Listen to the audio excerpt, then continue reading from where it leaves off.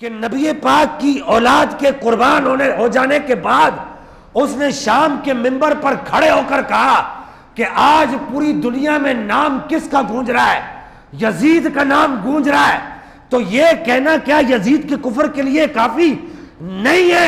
उस वक्त इमाम ज़ैनुल आबिदीन जो बीमार थे, उन्होंने खड़े होकर कहा, जुमा का दिन था, उन्होंने कहा, सुन मुअज्जिन अजान देते हुए क्या कह रहा है, अशहदु अल्ला इलाहा इल्लल्लाह अशहदु अन्ना मुहम्मदर रसूलुल्लाह।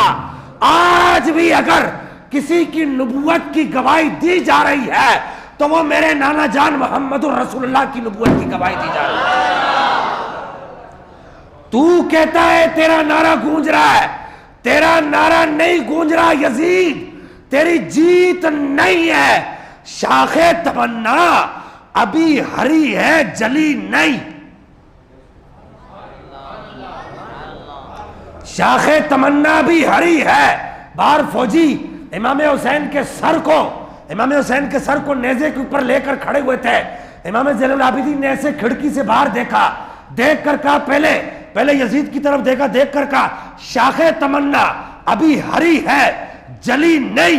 देख ले, ये गर्दन कटी है पर झुकी नहीं।